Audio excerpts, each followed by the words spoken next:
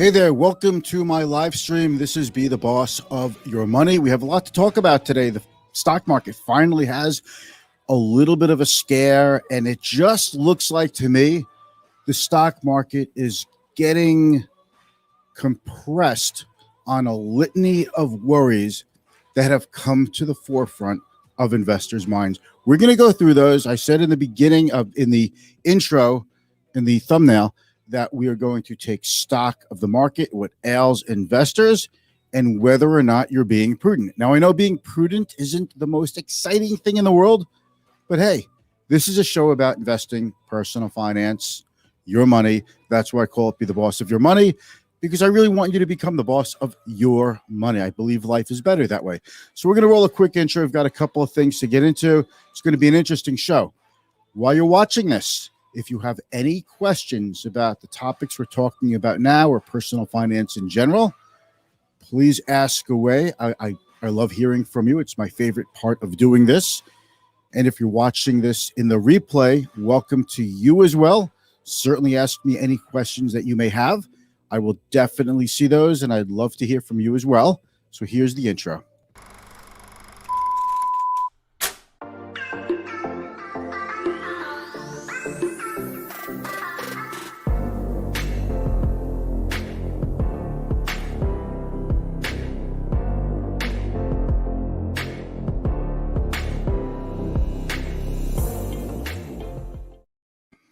Okay, we are back. Just want to make sure we are all in the right places. Default Pro FX. Okay. By the way, folks, while you're out there, let me know how I'm coming in to you. You hearing me okay? You seeing me okay? I've changed the whole setup. As you can see, this is a little bit different than what I've been using for the last I'd say the last 10 months or so. So we've got a new set. Still have the brick wall behind us. I love brick, so I just can't let that one go. We've got a new mic stand. You see it's coming from the top. Okay, so let's talk about today. If you're just joining us, I'm Mitch Goldberg. You're watching my live stream, Be the Boss of Your Money. It's all about you. Personal finance, your personal finance. If you're not interested in the show, then I've got nothing to talk about here, okay? It's what you want to talk about. So hit me up with your questions. I would always appreciate words of wisdom and words of encouragement. So let's take a look at the litany of things that are impacting investors. Okay, first of all, some of the leaders in the market are giving a little bit back. Semiconductor stocks. We'll take a look at some individual stock names, but semiconductors are starting to back off. Semiconductors is very important because semiconductor chips go into virtually everything we use. Everything that you could see, hear, talk into has something to do with a semiconductor chip. So when semis get weak, that's considered a leading indicator that things are getting worse. But I don't want you to panic because we can't go by just a day. Now, the leading semiconductor indices are still just about at their all-time high. So I'm not thinking you have something to worry about here, but I do want to give you a really good fill here about why, a good explanation about why the market's going down and why even though the S&P 500 has been hitting highs, it seems day in, day out, why is this the rally that investors love to hate? Okay, Google is facing antitrust suit by about 35 states. So could Google be broken up? Facebook had a big suit, and that went away for now. They won, or I should say they didn't lose. So we'll see how that goes. Tokyo, the Olympics are coming up in about a week. And Tokyo is basically went under a new state of emergency because of COVID. So COVID is back in the forefront. I think this is to me, the biggest reason why stocks are starting to head down. And to take a riff from yesterday, okay, by the way, Philly is here. You're in the house, Filippo. Thank you very much. We're going to talk, Philly. You and I are going to talk crypto, so I can have you as a guest on my show as soon as possible. Maybe we'll do this next week. Okay, we'll talk. I'm glad you're here. Thank you so much, buddy. You are a good friend. So I do think COVID is the biggest detriment to the stock market right now. Everyone has their own opinion. Some say it's inflation and the Fed is behind the curve. I've been hearing that from a lot of people, that the Fed is behind the curve. I've been saying, a lot of people have been saying, it's not like this is an original thought, that a lot of the inflation we're seeing is transitory. Supply chains are messed up, but I think supply chains could stay messed up for longer. Why? Do you remember when the United States was so deep into COVID and it was just horrible news every day? Really from like March, April, May last year through, let's say, March through June of 2020. And yet it seemed like Asia had COVID under control. They were open, things were going fine there. And it's like, what were they doing different than us? Well, it turns out now Asia is having a really bad wave of COVID. Australia, Japan. So today, Japan announces Tokyo Olympics, no spectators. It's just another indication that travel is going to head down again. People can't go to work. Maybe that'll impact manufacturing throughout Asia, causing shortages of all things manufactured from Asia. And it's Thailand. It's India, and it's also happening in the United Kingdom. So England is doing very well with their vaccines. And same with Israel. And both countries are seeing a surge in the COVID Delta variant. So that, to me, is the leading reason why stocks are heading down, because are we heading into another global shutdown, global economic shutdown? And I think that's the biggest reason. Thank you very much to Eric. Eric is out there, financial advisor. Follow Eric on LinkedIn. He puts out great and inspiring and smart content. Thank you very much for joining me, Eric. And Filippo, can't wait. Very excited to be on the show regarding the FUD. A lot of FUD on the crypto. There's like FUD all over the place. Until there is a better place to store US dollar, I am bullish on stocks and other alternative assets. I will accept volatility right now, as I am young and have many years ahead of me. That's right, my friend. You are young. We are young. Heartache to heartache. Is that Pat Benatar? I don't mind. I'm not shy on a live stream. I'll sing. You might want to rip your ears off when I sing, but I'll give it a shot. Okay. So what else? Inflation. So we have inflation. Oh my God. Who dare calls me during a live stream? How dare you? Obviously somebody's not watching my live stream right now. So let's get back on track here. So inflation. I was just listening to Mohammed El-Arian talk about how the Fed is behind the curve and they might have to slam the brakes in the economy to get a hold of inflation. I think that is a little hyperbolic, a little bit too much hyperbole in that. I don't think the Fed's going to have to slam the brakes. I think the global economy will do a good job in slowing all by itself because of the new surge in COVID cases, the Delta variant, and because as pent-up demand is met for travel, for goods, as that's met, people get their dopamine shot, dopamine hits, and then we get back to just a regular, ordinary, non-surging, non-pent-up demand economy. What else? Okay. A lot of people we'll talk about inflation a little bit more. A few weeks ago I said I don't know if we could necessarily call inflation short term. I do think a lot of it is transitory, but I do think we have to use the word intermediate term inflation, because I don't think inflation is a 1 or 2 quarter wonder and then it's over. It's probably going to be with us longer than we think. And everyone who says inflation is transitory is going to have to question themselves and maybe even their own existence as to why inflation is not coming down yet. At some point, if something is ongoing, could you have to question whether or not it's actually transitory or permanent. I'm going with intermediary.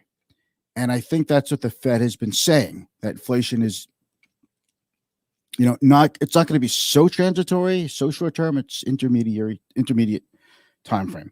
BlackRock, Goldman Sachs, Morgan Stanley, Wells Fargo have all come out with somewhat negative things to say about the market. Comments like, we are past peak stimulus in the economy. We are past reopening, and reopening stocks have gone up too much. That's actually something that we've been talking about here for a while. Thanks, guys, for getting on board. All right, so we're taking stock of it. Some housekeeping items. Oppenheimer upgrades, ups their price target on NVIDIA from 700 to 925. RBC downgrades DR Horton Home Builder. As they say, it's home building is as good as it's going to get. Wells Fargo reiterates overweight on J&J. I don't think that's such a gutsy call. It's Johnson & Johnson. I mean, it's like a staple in everyone's portfolio. Needham initiates coverage of Etsy and The Real with buy recommendations. Goldman Sachs downgrades Charles Schwab, saying that they have gotten a lot of the benefit of trading, of meme stocks, of market activity, and things are as good as they're going to get. And Barclays reiterates its buy on GE. Okay. And so just want to get that out of the way. Some other housekeeping things. Okay. Some other reasons why people are worried about the market.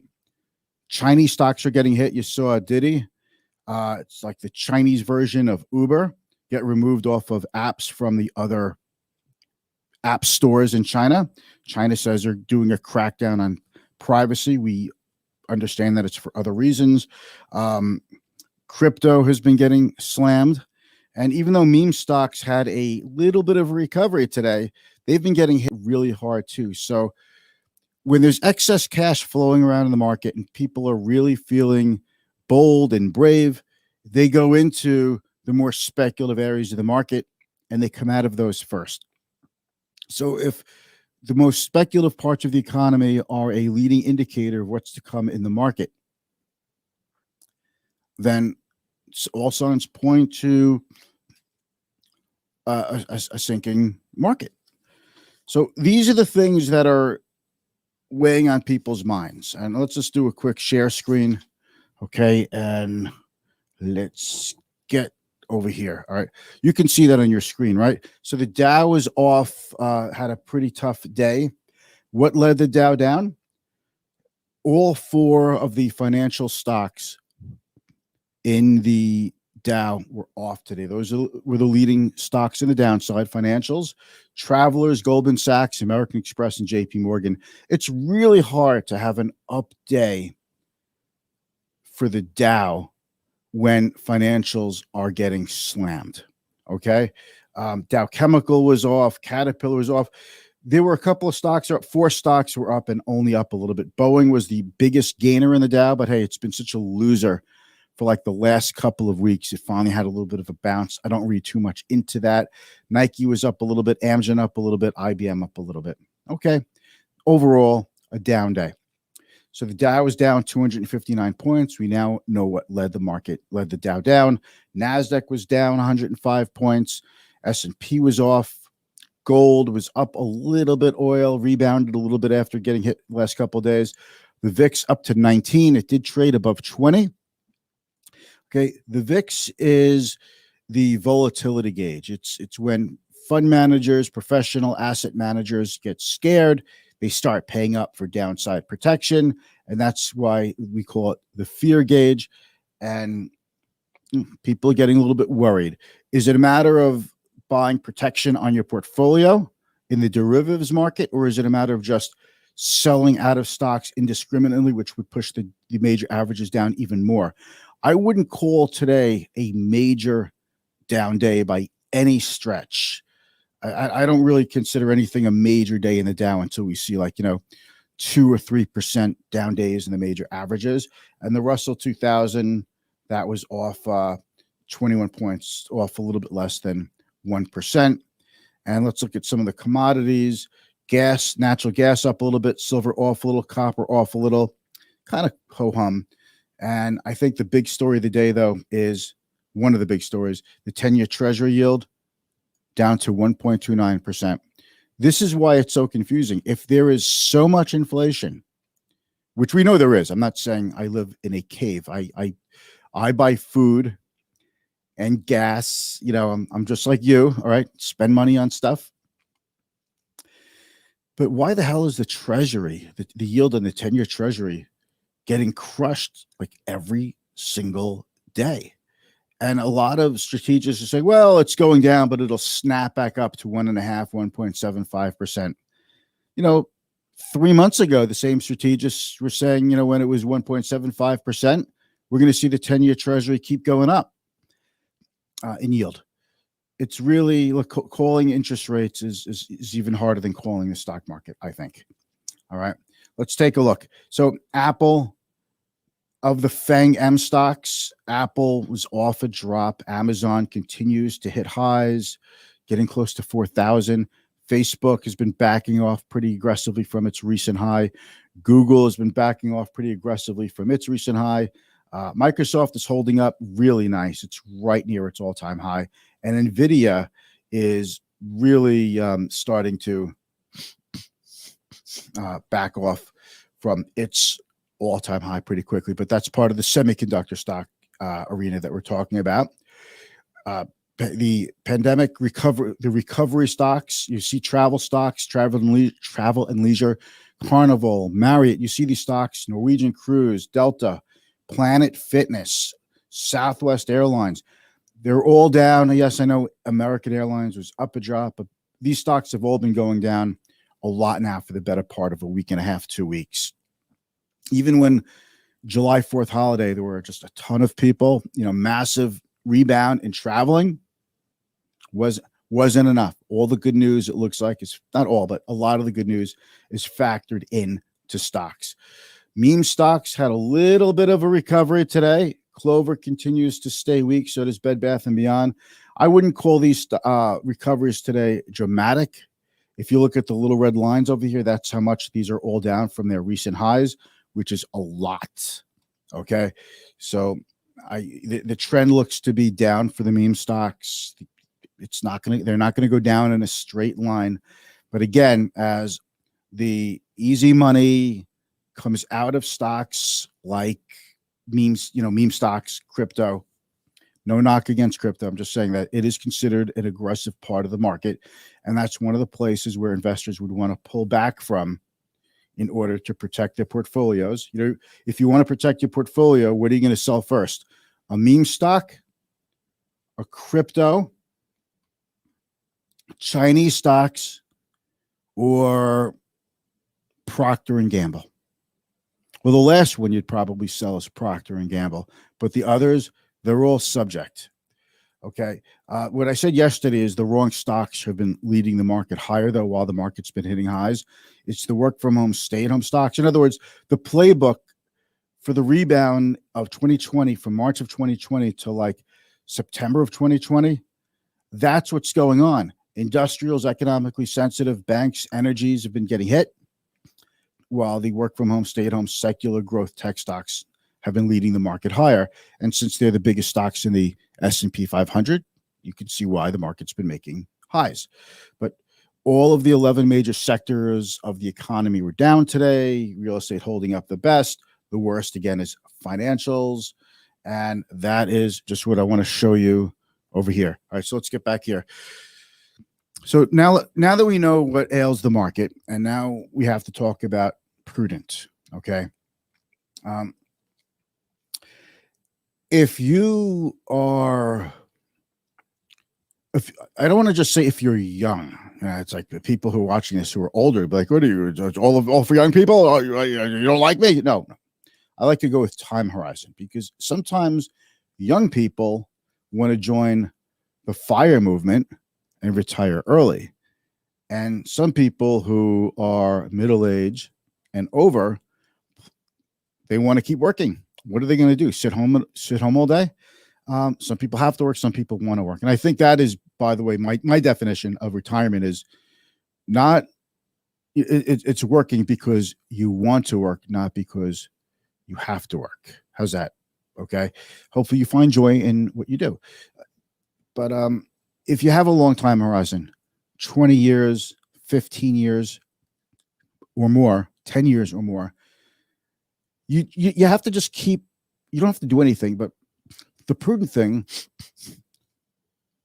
thing would be to consistently dollar cost average into the market through your 401k plan. Don't change a thing. Markets go up, markets go down. Today is just another day. The next recession is just another recession. Every recession and bear market has something to do with something that seems totally new.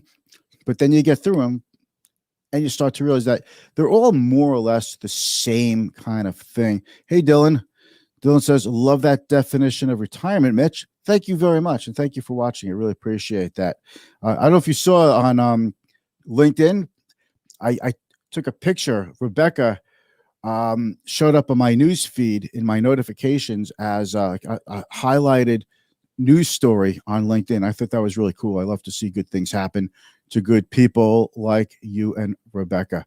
So, by the way, you see that name? Okay, right there. Dylan Pollock. Go find him on LinkedIn and follow him. He puts out great content. Okay, so let's talk about being prudent. I don't like to make decisions for my clients' personal finance, their financial plans, and their investments. I look at, it's a total, 30,000 foot view. I'm not making changes because BlackRock or Goldman Sachs says they're negative on the market now, because they could go positive on the market next week. I've seen so many firms get negative on the market, and I started as a financial advisor in 1990, and so many times there was negativity, there was something wrong, there was a problem, and we've cleared every single hurdle. So to be prudent, the idea is, as you get closer to needing your money for your financial goals, which means you have financial obligations, the money should come out of the market well in advance. Because if you do that and you are proactive, what that means is every time there's a down market, a down week, a down month, a down year, it's just part of the process. The markets go up, the markets go down, but you trust that one day things rebound and go even higher. And this is why I educate people so much. This is why financial advisors, I think the best financial advisors, like the ones I'm connected with on LinkedIn, thank you very much, are educators. We educate people so that in times of distress, of panic, we don't make decisions that we're going to regret. A financial advisor is a fiduciary. Let me put it this way. I think as a fiduciary financial advisor that my most important role is to be a sounding board for you when you're making financial decisions. Does that make sense to you? Part of what I do, you won't believe this, folks, but I just smashed my knee into a drawer down here. Oh my God, that hurts. Oh, you're seeing this live TV. You're seeing somebody twisting in pain and agony because a piece of metal just went right into the middle of my kneecap. Ooh, good thing I'm live, or else I might start crying. That hurts so much. I'm gonna have to get one of those baby-proof foam corners to put on this, because I've done this one too many times. Oh my God. Let's get back to the show. Nothing like pain to sharpen the mind. By the way, Jack is out there. And thank you very much. Jack also likes my definition of retirement. You know, uh, Jack, you're watching this right now, and I'm kind of thinking maybe this isn't going to be the day you're sitting out in your yard or on your deck smoking a cigar, because we have Hurricane Elsa, well, Tropical Storm Elsa coming through. We're supposed to get like massive wind and thunderstorms. Did it start yet? Are you outside still able to smoke a stogie right now? Let me know how the weather is by you. Let me know where you're watching from and how the weather is by you. It's a good way to get comments in your live stream. Okay. James, my man, if you're young, just keep going. James, another financial advisor on LinkedIn. He puts out great content. Love that stuff. You're very welcome, Dylan. Great show, Mitch. Thank you, Filippo. Thank you. I appreciate the encouragement, because sometimes you do this and you're kind of like, I don't know. The worst is when you finish a live stream and at the end, you finish it, you go, and you say to yourself, damn it, I could have said this. I should have said that. Why didn't I say this? Why didn't I say that? I pretty much never regret what I say. I regret what I didn't say. And it's kind of like getting older. Like, I'm 54. And when you start to get, a few more years, I'm middle age, right? So when you get a little bit older, you stop regretting the things that you do or the things that you did, and you start regretting the things that you didn't do. That's the best thing about turning 50. So much of the bullshit in your life just goes away. Some of the things that you really think you want in your 20s and your 30s and your 40s, especially in your 20s and 30s, it goes away. You hit 50 and you're like, why did I even want that? You start thinking, I'm mumbling. You start thinking, why did I even want that? What was I thinking? I'm not even interested in this particular thing, this particular big house or this particular car. And it's just amazing how the BS goes away and you start to really focus on what matters. So just giving you guys the benefit of a lesson learned, that as you go through life, and if you're younger than I am, just remember, a lot of the things you want, a lot of the goals you have are going to go away. And the new goals that come up, they're so much more meaningful. They're so much more important. And it's just a great feeling you get. I hope I'm not getting too philosophical on y'all.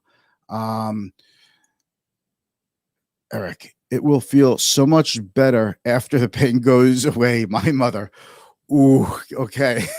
Yes, it always does feel so much better after the pain goes away. So what I'm doing is I'm trying to move myself over so I'm not centered right in front of my desk. So my knee is like right on the drawer. Yeah, thank you, Eric, for the wisdom. Please tell your mom I say hello. Word to your mother. Not word to your mother. Okay. And Josh is out there. Show us your Mr. Universe picture. I'll show you my Mr. Universe picture. You want to see a picture? I'll show you my Mr. Universe picture. Okay, I'm going to show this to you. All right, here it comes. Let me just see if I can find it. I have it right here. I'm going to show you a picture, my Mr. Universe picture. Oh, found it. Okay, here, I'll get up close. This is me in college, all right? Can you see that?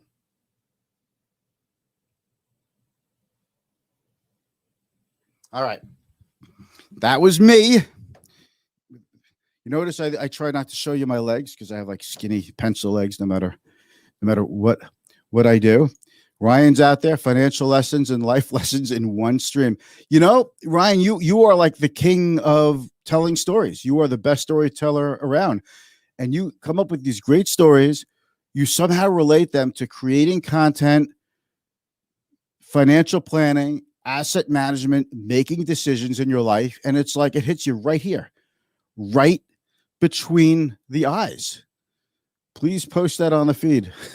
The picture or what I just said about you. I'm not sure which one, but definitely not posting the picture on the feed. That is definitely not going to go. The only reason I even have the picture is because a friend of mine posted it on Facebook for my birthday. Anyway, so being prudent simply means that when you're proactive with your investments, not just getting complacent and not looking and then getting an account statement that you see is down 20 to 30% from the great number it was 6 months or a year ago or more, you want to know that you made your decisions and your changes in advance, raised your cash that you need to live on so that you get through the up markets and the down markets calmly without making surprise moves and knee-jerk reactions. You could either be proactive or reactive. And I think the benefit of working with a financial advisor, of which there are a number of great ones watching this right now, is that we're proactive and we're a sounding board. So when you make financial decisions, we have experience. We've dealt with hundreds or thousands of clients who've made the same exact decision or who've faced the same decision as you. And we get to take all that knowledge and all that reasoning and put it together into an open, honest conversation with you. And that's what makes the relationship worthwhile. I feel like that's like the best thing I've ever said in my career. Thank you so much for watching. I am, Ryan says, I already took a screenshot. You could I don't want to stop you from posting that. Okay. But thank you all for watching. This was a really fun show. I really appreciate the back and forth.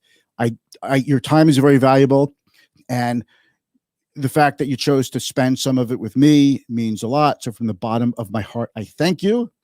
And you know what? I'll be back Monday because today's Thursday and I don't do a live stream on Friday, but I do send out a kick-ass email blast. So if you want to be on my email list, send me a DM with your email address. I'll put you on the list and we'll do that. All right. Thank you very much, guys. See you next week. Have a great weekend. Bye.